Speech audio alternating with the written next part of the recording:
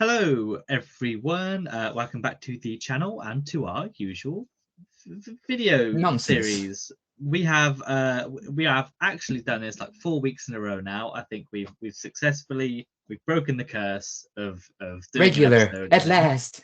literally. And I think it's good. I think we've had a good run as well, a good run of episodes. We have. So if you're new to this series, again, I don't know why you're starting with episode 10 of series 6, but maybe this is your favorite episode. But this is the video series where we just go through and we review episodes of Doctor Who from 2005 onwards. We've seen them all before, so it's not as if things are brand new to us.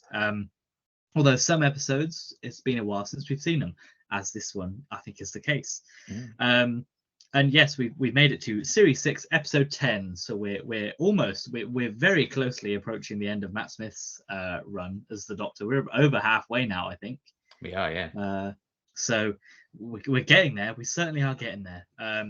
Capaldi's just peering round the corner with his big eyebrows. He is. He certainly is, and he'll do much more than that in quite a few weeks' time. Yeah, this is episode 10, The Girl Who Waited. I really liked it. It's great.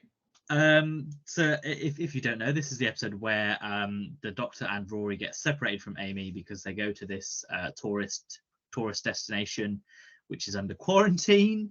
Oh, imagine that. Imagine being under quarantine. God, who would do that? Imagine a virus. Yeah. And they get separated because they push different buttons, which could have easily been solved if they just communicated better. We'll come on to that. Yes, yeah.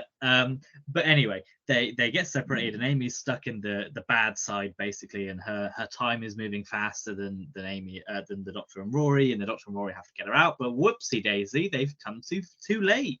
It's been 36 years, and now Amy is old. Who do they save? Do they still try and get the young Amy back, or do they stick with the old one, or do they have both? They can't have both. It's a trick. You can't have both.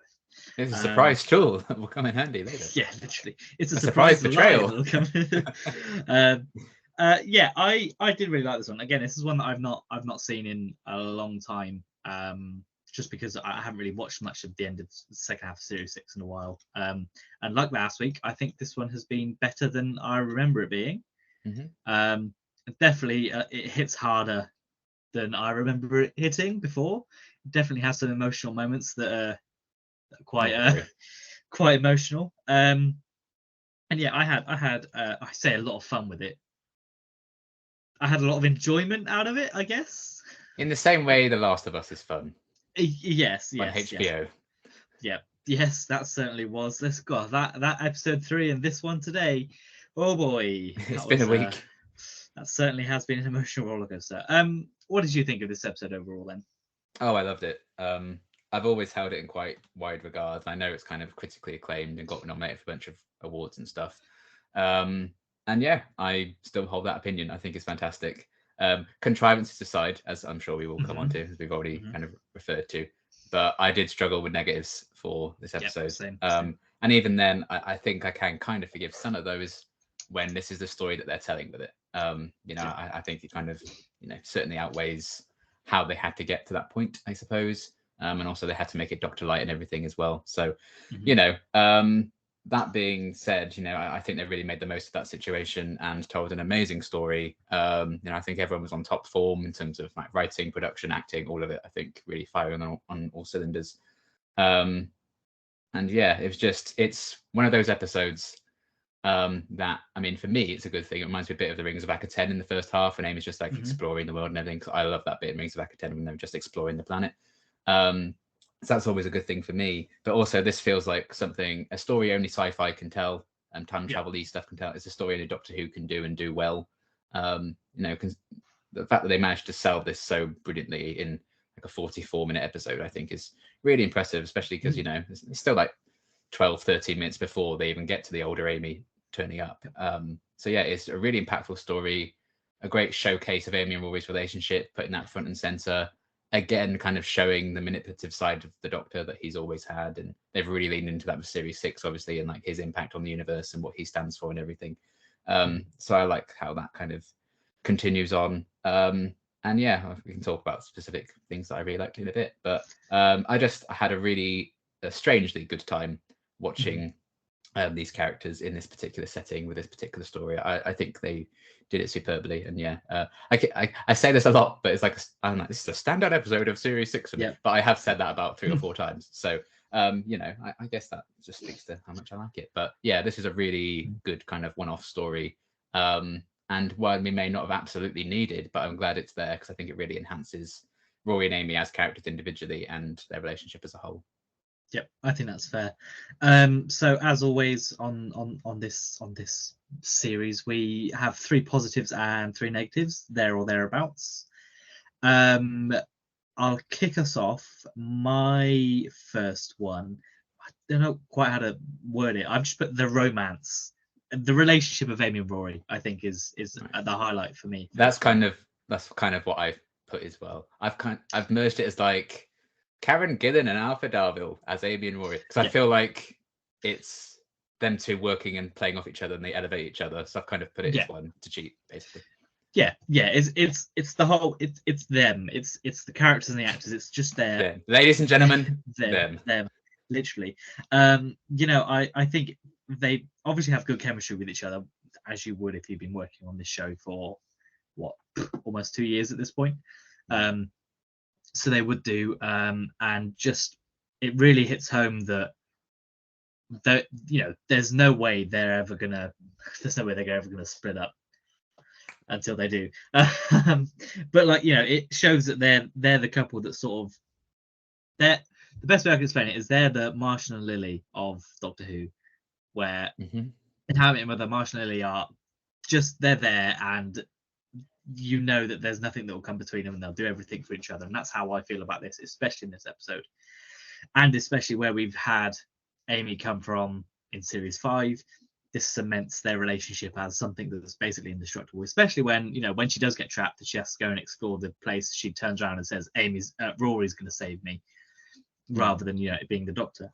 And I think it very much has a heartbreaking element to this, in that Rory obviously loves both of the versions of Amy that are there, but it's kind of like he doesn't want to admit that there's one that he prefers, even though, given the short, you know, I can see it from his point of view, in that he's missed this time that he could have had with her, and so he doesn't really want to have that reminder that he's failed, I think. And that's why he, you know, there's all the level of depth, and the fact that they both carry it as actors very well, and they use it in all the scenes that they're in together and separately and with themselves. I think this episode wouldn't work as well if you didn't already have their relationship and you didn't already believe that they would do basically anything for each other. And I think that just it's the central premise of this episode. Take away the time travel stuff, take away all that, you know, I think it's something that, you know, holds this episode together and is the standout key aspect of the episode for me. Yeah, if that makes sense. It is also very timely with that episode of The Last of Us this week. It is. I thought that. I was like, it's very strange. It's like very similar kind of like a love story told through over the years and stuff. Like, it's very interesting coincidence. Yeah, and obviously, you know, there's the whole of it being reversed, because Rory's done this before. He's waited thousands of years to be with Amy again, albeit he remembers it and it wasn't undone for him, whereas and it's the contrast of Rory chose to wait, Amy was forced to wait in this situation, and like what that means and how that shaped her. I thought it was interesting. Yeah, exactly. So what is your first positive? Yes, so yeah, as I said, I've cheated and I've just put Karen Gillan and Alpha Darville together as Amy and Rory, all merged into one, because that's why the episode works, I think, as well as it does. You know, they take the majority of the screen time together. It's a very limited cast. Even the Doctor's kind of forced to be trapped in the TARDIS for all the episode. So yeah, I think this is probably, I think this is probably Karen's best performance so far from what we've seen. Probably Arthur's as well. When the material's there, obviously they're going to absolutely sell it. But this is, you know, surefire proof of how great these two are. And yeah, I really loved what they kind of did in developing their relationship, particularly, you know, in series 6 so far, everything they've kind of gone through, and seeing, you know, very much Amy will always choose Rory in the end. You know, there's no doubt about that at this point. And them kind of going through what they've gone through with their baby and everything up to this point. And the fact that I think Rory's often been the one who's been left behind in regards to their relationship. So I like that Amy is literally the one left behind in this circumstance, and seeing what kind of person that would turn her into. You know, a very, I mean, I'd be pissed if I was left for 40 years as well, with no one to talk to, except some robots. But yeah, I think their performances were incredible. I'm amazed that Karen Gillan worked so well with herself. That scene where she's talking to her future self about Rory, and, you know, he's the most beautiful man she's ever met. That scene, I think that's my favorite scene in the episode. But I'm like, how do you have chemistry with yourself like that? I don't understand. Like, you filmed this completely separately, and yet it just works. I love how they overlay performances together. So yeah, she's phenomenal. It was a great choice, I think, to keep Karen as also playing the older Amy and just kind of age her up a bit, and the impact that has, I think, really works. So she's fantastic. I love that Rory stands up to the Doctor and is like, you know, you're turning me into you. This is not how I want to travel with you. All of that stuff, you know, it's nice to see. Very much like Donna. Donna would challenge the Doctor a lot, and I like seeing that in a companion, because I think the Doctor needs that. And I'm glad that Rory kind of stepped up and did that in his own way in this one as well. And that shows how far he's come. You know, he'd let the Doctor walk all over him in series 5. But he's really come into his own. So I loved everything with the whole story, and Rory kind of torn between, you know, which wife, but also we always know where it's going to go, and the fact that the Doctor also knows which way it's going to go. Prosthetic makeup for the whole rest of the series. No, so. This is already the low budget episode of series 6. We can't afford to do this all the time, for God's sake. So yeah, I love that whole story with them, and, you know, Amy giving up, old Amy giving up her days, and kind of just one day with Rory, and she's kind of unlearned all that bitterness, which I think would be, I'd like to think that would be the case, and I think that's a good message to kind of have. And she's remembering how much she loved being the Amy she used to be, and how much she loved being loved. That whole story, that scene where she's like, "Don't let me in," and they put their hands on, oh god, just all the imagery and stuff is so good as well. But yeah, it was a wonderful kind of, you know, showcase of their relationship and their love for each other. And just how far Amy herself has come. One of my favorite Amy moments, I think, is right at the end of the episode, where her first thought is like, "Where's the other one? Where is she?" That's her first concern. I think that, I mean, obviously it is about herself, so it's not selfish in a way, but also they go to show how different these two are. So I really like that moment, and yeah, it's a really powerful character episode for both of them. Definitely sets the stage up for, you know, their ultimate exit. Kind of beyond this as well, and, you know, their brief exit in the next episode, you know, kind of setting that up, because they went through with this one. Doctor's like, oh, maybe let's not do that again. You know, a few more episodes like this, I think they really would have just turned against the Doctor entirely. You know, I think, again, that selfish reason is probably another reason the Doctor has to kind of be like, right, there's your house, bye, in the next one. Spoilers. But yeah, it's a fantastic performance from both of them. Definitely, I would say their finest hour so far, both as characters and as actors in the show. And yeah, they elevate each other, you know, just on their own. When they have individual scenes and stuff, they're obviously great, but I think in particular, bouncing off each other in this episode the way they do, and the characters bouncing off each other the way they do, now we've had, you know, nearly 2 full years to kind of fall in love with their relationship. It's really well done, really powerful, and they are fantastic in it. Yep, I think that's fair. They definitely are the highlight of the episode. I think it's definitely fair to say they're without them, it doesn't work. No. I couldn't see this with Rose and Mickey. I don't think that would work. It'd be a very different ending. Yes, certainly would. So my sort of second positive, and I would be surprised if it's not yours, but it's the sort of, I've put the brutality of the Doctor type thing. I've put the Doctor is the villain is my second one. Yeah. Because I think as soon as they're back in the TARDIS, he knows it's going to be a struggle from here on in. And then as soon as he sees the old Amy, as soon as he sees the old Amy, he's like, oh shit. And he knows at that point that he needs to make the older Amy believe that he's helping her to get the other one back. And that's why he's like, oh yeah, we could definitely we could definitely have both of them, because he needs to convince, and maybe he needs to convince himself that it's the right thing to do. And just the, at the end where he looks at the older Amy, and you can sort of see not the disgust, but like he's like, I'm not saving you. The look in his eyes is just, you're dead. I'm killing you. I'm sorry. How sorry he actually is, I don't know, because you look at that scene, it's like, yeah, you can see that he's that final look at the end. He's not sorry. No.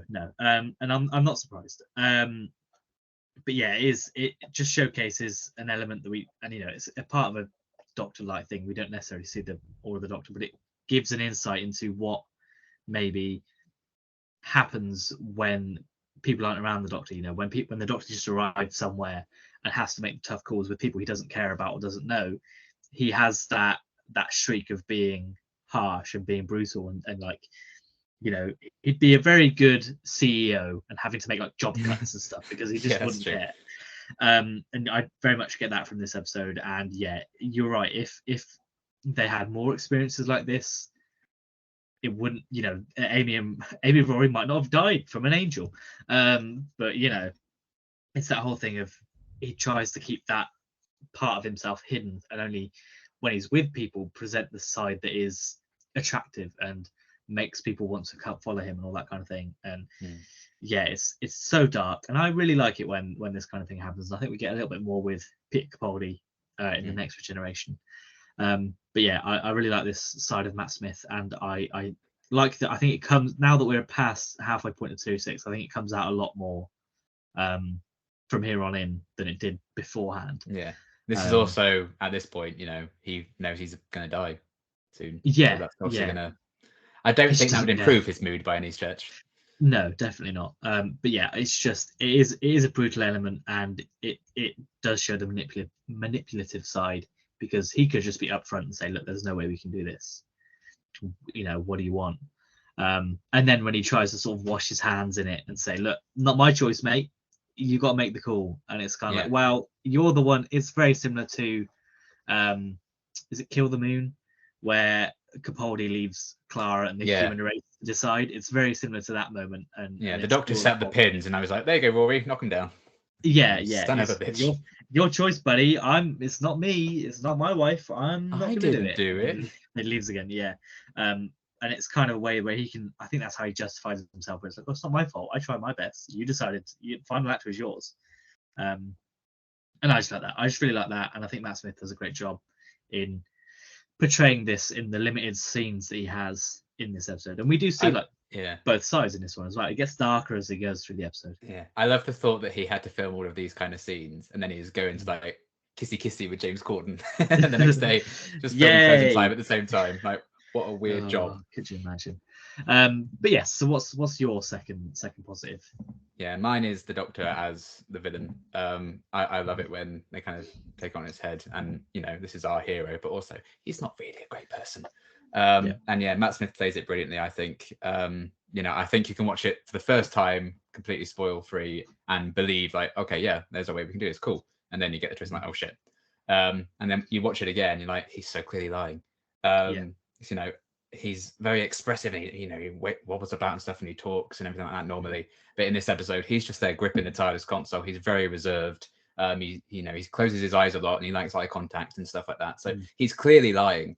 When you watch it again, and and I just love that performance, because you can buy that. Well, it's the Doctor. He's probably just telling the truth, even though rule one is the Doctor lies all the time, and that's literally the whole point of this episode is that he's doing that. And, selfishly, he wants the younger Amy. He doesn't want, of course, he's not going to want an Amy that hates him.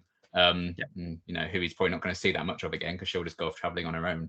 So of course he's going to make that choice, and then make it seem like, well, Rory, it's your choice, not mine, even though he's kind of done everything to get them to this point and lied. Maneuvered into the way and say, well, it's your choice what we do next, but there's clearly one option, and there's only one option that can happen next. Yeah, he's saying make a choice, but he's holding a gun to your back, and there's only one option here, really, Rory, don't you know? And I love that. And again, that kind of comes into play in the next episode as well, when he's talking about wanting to be adored by Amy and everything, when he tries to break her faith. So, a bit of setup for that as well. So yeah, it's a brilliant performance, very subtle in how they kind of showcase that he is lying through his little teeth. And yeah, I love seeing a darker side of the Doctor. I think, you know, especially with a Doctor like 11, who can have very goofy, silly moments and stuff like that. Even in the last episode, I think, you know, he was quite a goofy, silly fool. And I think that just makes him in just such a goofy mood. Yeah, I know, right? Just like a silly goose, you know. Silly goose. So moments like this, I think, hit, you know, really hard, and they're definitely leaning more into that as time is going on with this series. And I know that was the ultimate plan when Moffat thought he was going to be doing Series 8. He was going to get really fucking dark. Obviously, that ended up not happening because Matt Smith was like, actually, I'm going to leave. And they're like, oh shit, okay, we have to wrap that up in one episode. I mean, not that series. I think Series 8 is still pretty. It's definitely one of the darker ones. I think. I mean, obviously, with the Series 8 finale, it's still pretty dark. Yeah, but in terms of Eleven's characterization, was going to get a lot darker. Yeah, obviously, better do it quickly. Better do it quickly, but you definitely get enough of that already, and I think this is a prime example of that. And yeah, that final look is just so sinister, and it definitely is like, if they had carried on traveling with him for much longer than they did, you know, I think they would have grown to really hate and resent him. Especially when he's such a constant presence in their lives for so long, and Amy had already waited for him for so long, and then this on top of that, like, you've done it to me again, all of that jazz. So yeah, I love it when the Doctor, you know, I say has to make the bad decision. I think he's more than happy to make those decisions most of the time. You know, it's not a Fires of Pompeii situation where it's like, this is fucking awful that I have to do this, but I have to do it. He's like, you know, I could have just told them the truth right from the off, but I'm not going to, because other Amy wouldn't help them. So yeah, I really like seeing that side. I think that's kind of the truth of what the Doctor is, and he wants to hide that from himself very much, and I think you get all of that in Matt's performance in this one. So yeah, it's a great kind of bit of character work for him, I guess, as well, even though, you know, he is very restricted to basically one set for the whole episode, and, you know, he doesn't have the presence that Karen and Arthur have, obviously, in terms of screen time. But yeah, it's cool to see the Doctor in Doctor Who actually be the villain of an episode. I think it's really cool that they've managed to do that and pull it off so well. Yeah, definitely agree. On a lighter note, my final positive is the cinematography, direction. It's a very well shot episode. Oh, hey. Obviously, we've got the hand on the TARDIS doors. That's great. The Amy to Amy, like, magnifying glass thing. But then also I've highlighted the one take when Rory walks out of the green room, pushes the button, walks into the red room, comes back out again, pushes the green one and goes back in. Not sure how exactly they did it, whether they quickly swapped in rooms. I'd love to see the behind the scenes of it. I know. You know, whether it is all one take or whether they sneakily cut somewhere, I'm not sure. But, you know, I think it's shot very well, considering it's a pretty bland set for a lot of the time. You know, it's very generic, very we've seen these sets before, which we have for a couple of them. And it's, you know, I think it could have just been your standard, static camera, his scene. They could have done it really easily and not put much effort into it. But I think the sort of the unique direction in this, I think, is what helps it a lot. It really shows like time is linear for them in that time stream, because that's time is just moving at a normal pace and it's not being chopped up and edited. I think it's pretty clever. Yeah, and yeah, I think it deserves a shout out for that. It is definitely one of the more unique episodes, I think, in terms of its style, which is what we like. So what have you got to say about that then? Well, yes, the episode looked great. That shot of like the garden and everything, I think that's a really cool kind of Alice in Wonderland-y sort of design. Almost a shame that they, you know, couldn't explore that anymore. Again, low budget episode. That's why we're getting all the white walls, folks. But yeah, all the aesthetics of it, I thought it was really nice. I like the kind of setting of like the gallery and stuff, just the simplicity of it all.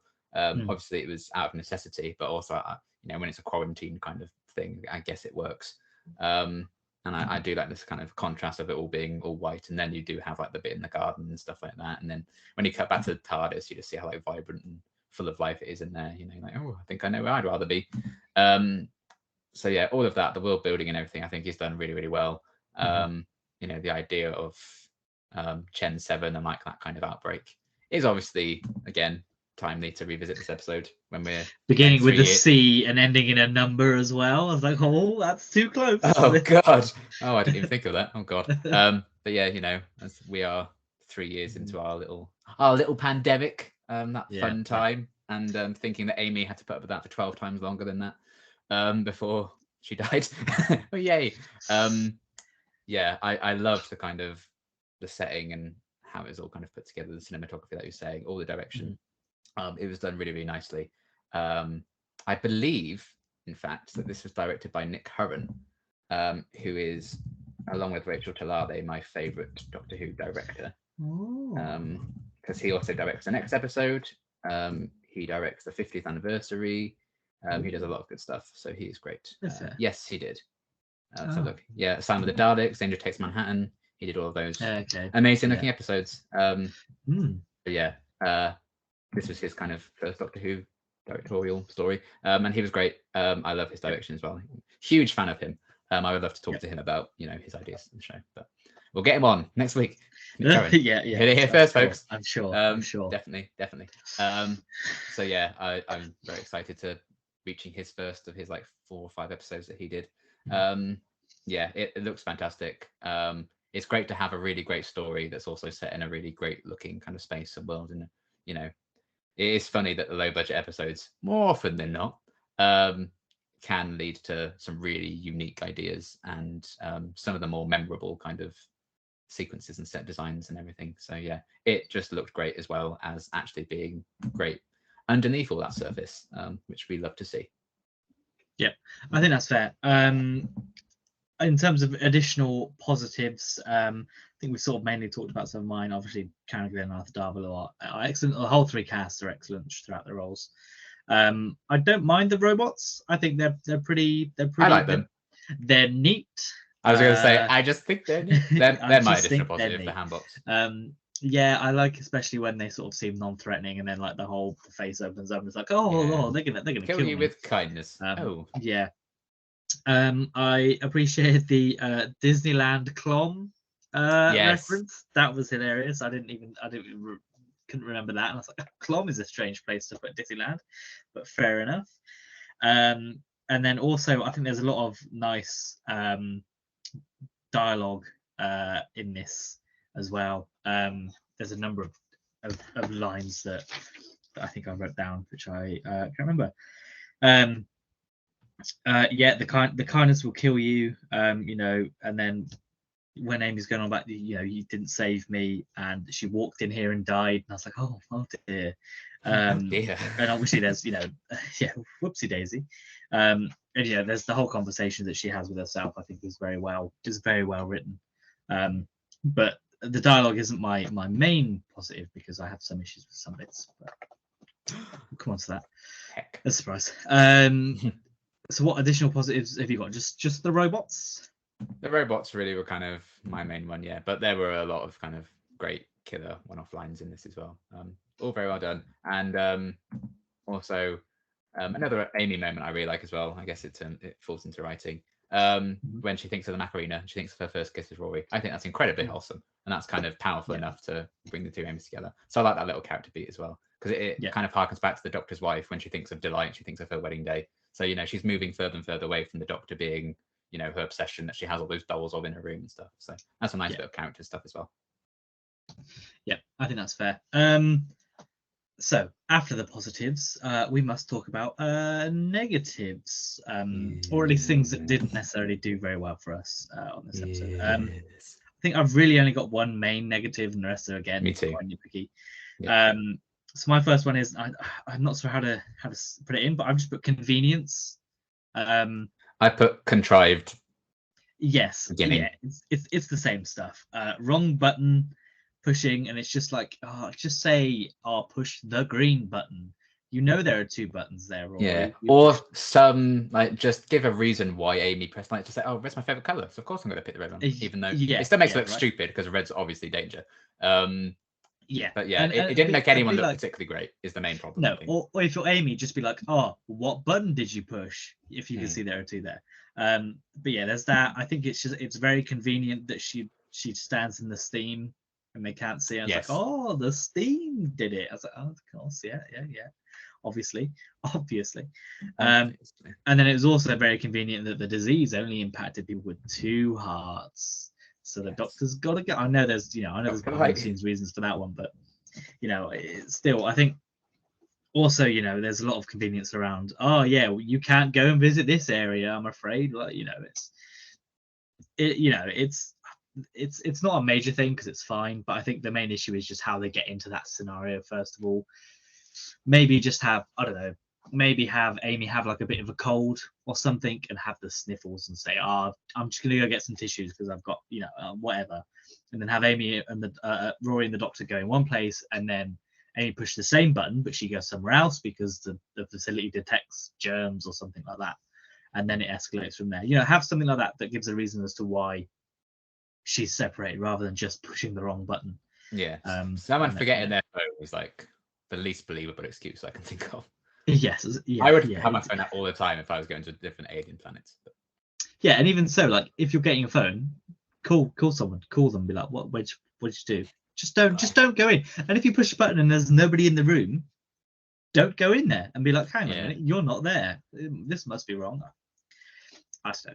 But yeah, it is convenience contrived, however you want to say it. I know why they had to get there and do it, but yeah, it's worth it for the story, but it doesn't negate the fact that, like, come on. They could have come up with a better way of doing it, I think, rather than just that. Yeah. So is that your first? That is my first. Yes. Yeah. What a pain. What a pain. What you like? It's not the best. It's not the best. So yeah, the rest of mine are really nitpicky. My first one is the whole Planet of the Coffees, which you're gonna put it on Twitter thing. I'm like, oh, I don't care. I've just put boomer jokes. They just think of things that goes, oh yeah, coffee shops are popular with the kids. I'm gonna make a joke about coffee shops and cafes and Twitter's big. I'm like, I don't go to the planet of the avocado toast. Yeah, literally, it's literally that. That is exactly the same thing. And I like the idea of, we're going to go to the second most popular place because everyone goes to the popular one. But who's going to go to the planet of the coffee shops? You have to pay for all the coffee. What's the point? Yeah, Amy would love Instagram and never use Twitter. I think that's the impression. Yeah, and she would like the coffee shops if she's on Instagram. She just thinks they're neat. Yeah, literally. But to me, as soon as I heard it, I was like, it just stinks of like. It 2011. It stinks of someone being like, what are the kids like these days? What are the young people like? I know they like coffee shops. I'm gonna put coffee shops down. Again, like I said, a nitpick. But as soon as I heard it, I was like, you've dated it. You've dated it a little bit here. You don't even need to specify what's number one. Just have it be a mystery what number one was. But they just throw it in. I suppose you would ask, wouldn't you? Yeah, but. I don't know. And especially when it's like coffee shops or all these great vistas and sunsets and things. I'm like, why would it be number 2 then and not number 1? I don't. Yeah, we've been read for filth about what we would rather go to. Yeah, exactly. So I mean, again, most of the dialogue in this is great. There are some really good lines in this, but I think it also shoots itself a little bit with maybe dating it and trying to be a bit too funny, too relevant. I think. Trying too hard at times, especially the start. Like it's only really at the start, and then it sort of calms down a bit. But that's my only real script issue. So what's your second negative? The slow motion when they're running to the thing. It's nowhere near as bad as The Impossible Astronaut, but it just reminds me of it. Alive. Yeah. I've got your back. Here we are again, Series 6. What you do? So I needed negatives basically, but it's nowhere near as bad as The Impossible Astronaut, but it does remind me of it. So that's definitely not a great thing. So yeah, that infamous moment. Don't we just love it? No. It just when the episode's doing so well to hit you emotionally anyway, and like the music at the end, everything, and the acting, everything's top tier. You don't need to force it with that to kind of raise attention. Like the stakes were already in place. I think you didn't really need to do that. But it's fine. It happens for like 5 seconds. But I'm just please no. Yeah. My third negative kind of ties into yours. Right. how does putting the Mona Lisa over Yes, the I thought robot- that. I was like, how does that make it explode? It's like Yeah. a canvas. I was like, okay, maybe it would stop it and be confused, but then the sparks I came know out. they I was look like warrior robots meant to fight her, but Yeah. come on. Yeah, I was like, you have a thing there right next to it. There's clearly a solid like statue thing that you could just go boom and then whatever. But Yeah. a painting, He was afraid he couldn't pick it up. well, you Maybe he would hit it with the frame or something. But you yeah, literally even if just it's go. got like a bit of like if it's got card or cardboard or something on the back, like sure that would be harder and it would hurt if it hit a human. But there's a number of sitcoms where they get a painting over their head and they're fine. Yeah. So it very much felt like they went, oh, quite how are we going comical, to stop really, this yeah. robot? And then yeah, and especially because Rory deals with his robot just by going lol and just putting their hands together. It's like, oh, Yeah. okay, why not just do that? But yeah, I think again it's a nitpick, but it took me out of it because I was like, that robot wouldn't it. The other one had to get sliced with a samurai sword. You're telling me that you Yeah. could just effectively just punch it? A punch would be harder than throwing a Mona Lisa on Yeah, it. just kick it over. Unless maybe they were like, oh, the Mona Lisa, and it just was too distraught. That's my favorite painting. Yeah, maybe that's why. But yeah, I think that's just again, it's a very small thing, but Yeah. it just sort of made me go, what? This is, but fine, It's a yeah. testament to the episode's quality that we have to come up with things like this to moan about. Yes, yeah. It's big Jackie's tracksuit vibes from Rose. That's to this day. It was literally episode 1, and it's still my favorite negative anyone's ever had. What Jackie was wearing. Horrendous. But hey, credit to the wardrobe department for not having another similar situation ever since. So that's true. They clearly, they learned. They learned from their mistake. It was very much their pilot episode. So. Oh god, yeah. So yeah, what is your final negative? I feel like again, I think the actual makeup on Amy is fine when she's older. I think they need to maybe do more with the hair. Yep. And like she's pushing 50 at this point. Like 50's young, don't get me wrong, but you are going grey by 50. Yep. I think they kind of just kept it ginger to make it seem on paper like it's still more of a difficult choice. Like which one are you going to go for? Like she's still just ginger and not going grey and stuff. But you know, some people don't go grey at that point, maybe, if they're in denial. So yeah, I think she doesn't have access to hair dye on that. Yeah. I mean, maybe she does. Maybe that's maybe. Yeah. So I think I wanted a bit more than that, and it's also I guess kind of a shame that the two Amy's aren't together like all the time for most of it, because sometimes you're just like, oh, she doesn't look that old. But then that scene where they're both talking to each other, like, oh wow, that's really good makeup. But obviously that comparison isn't apparent all the time because they're not on screen all the time.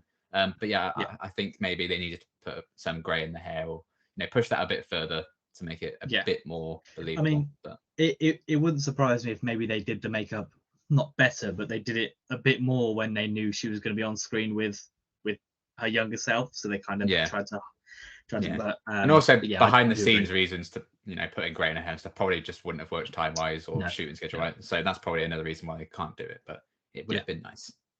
No, that's fair. One of the additional negatives I just have we kind of touched on is just the set design. It's quite bland. We've seen it before. Literally the main foyer is the hospital from New Earth. I know it's filmed in Cardiff. I've been to that reception area. Yeah, I've been to that building. I think that's fine. They don't really, it is what it is, but I mean, and they didn't have much budget for this, but the set design is definitely sort of lower on the list of priorities for this episode, so it's not a major thing. But they clearly had to go to cheaper places because of the budget. Yes. And when she's like walking through, clearly like the same thing.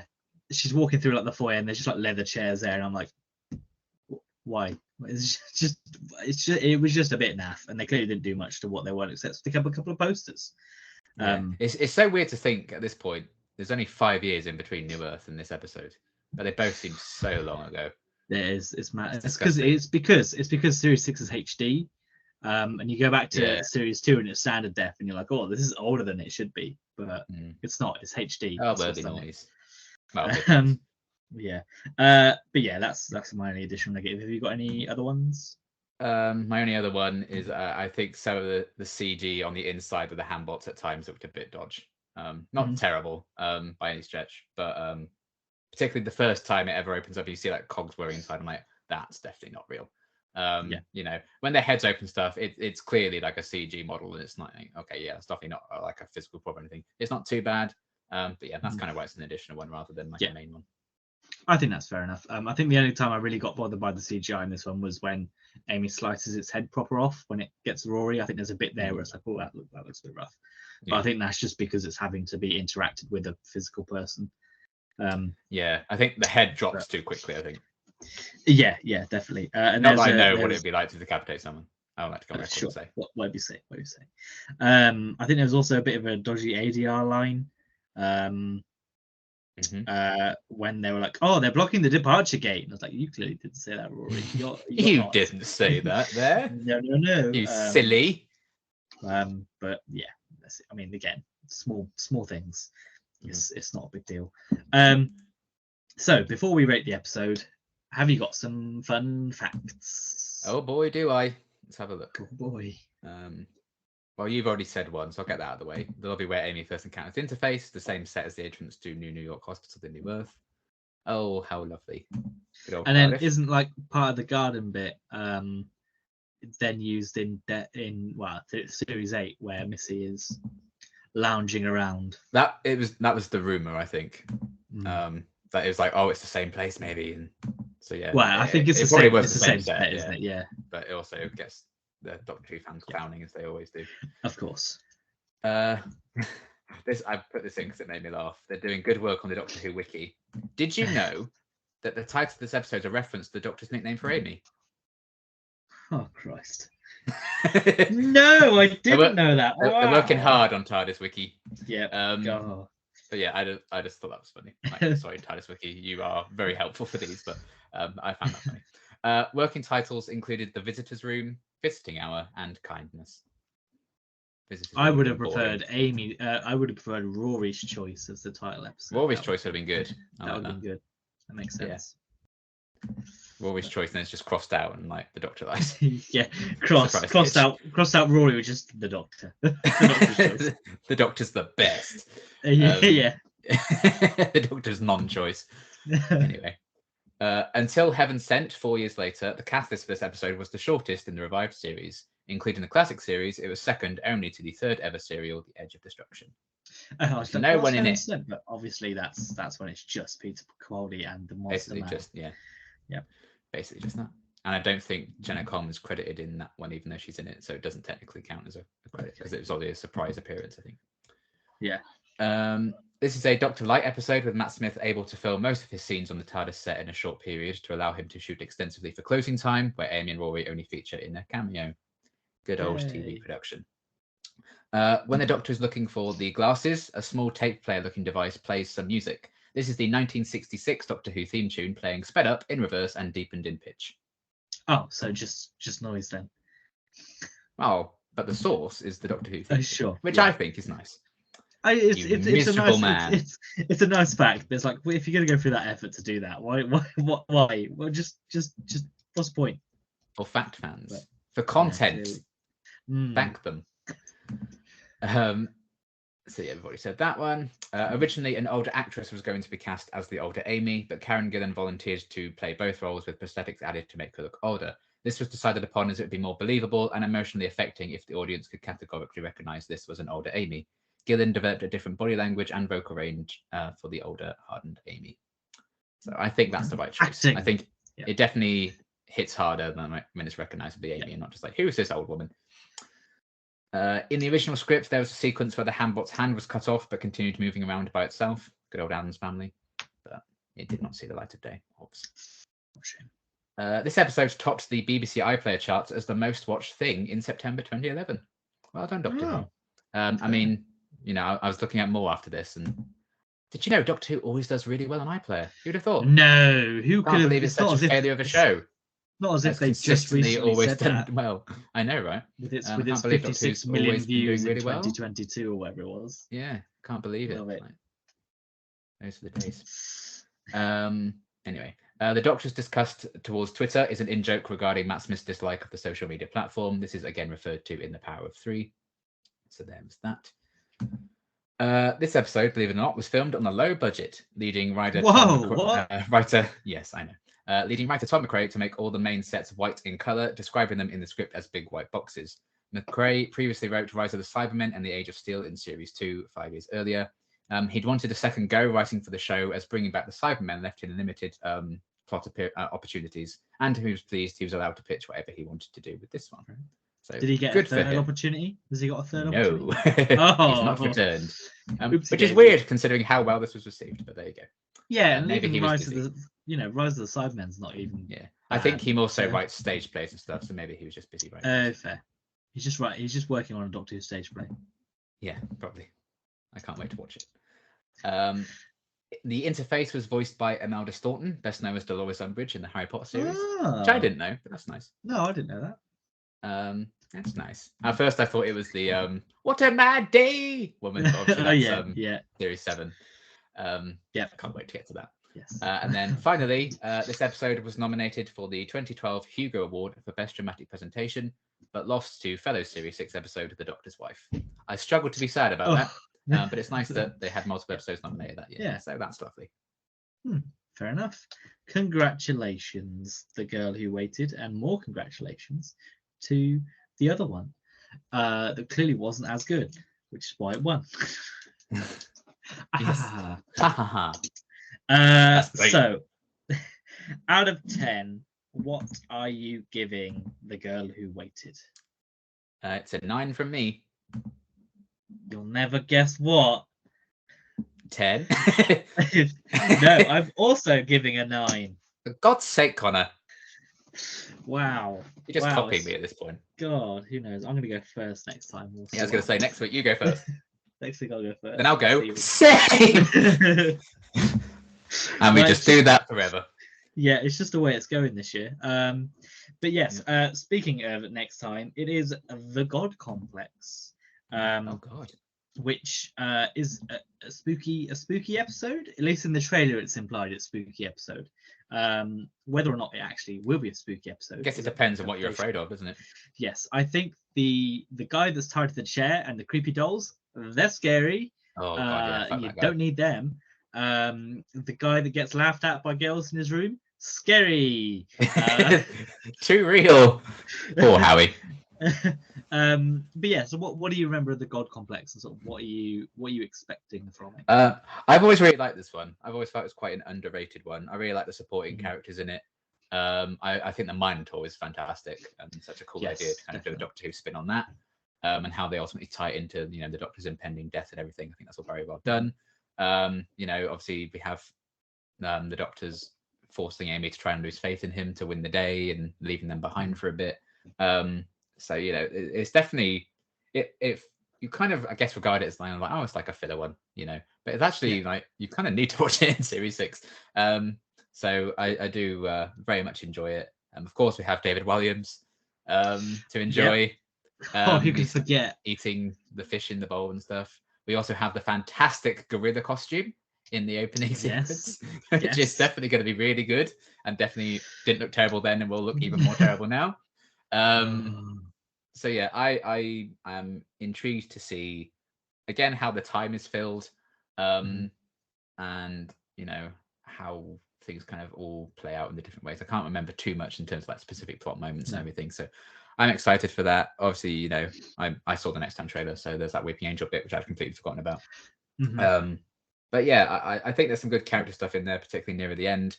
I'm excited to see if I still like it as much as I did back then. I think it was influenced by the fact that this aired 2 days before my birthday in 2011, so I was quite excited in general anyway. So it was like pure hype. So yeah, I guess we'll see how it kind of ages as we get nearer and nearer to the end of Series 6. But yeah, maybe I'm hoping it will kind of fall into the same category as these past two, because I've always kind of grouped Night Terrors, Girl Who Waited, and God Complex kind of together in my head for some reason. Even though I kind of forgotten how much I really enjoyed Night Terrors. I did remember that I loved Girl Who Waited, and I've always liked the God Complex. So hopefully I'll either like it just as much as ever or even more. But we shall see. Yep, we've had the opposite happen. We've happened. had pain we've had before, 42.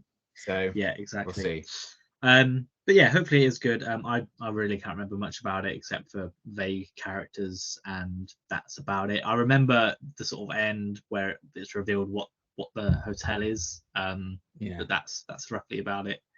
So yeah, I mean, I'm intrigued to see what happens. It should be interesting, and we should be back with a normal video next week again, unless anything happens.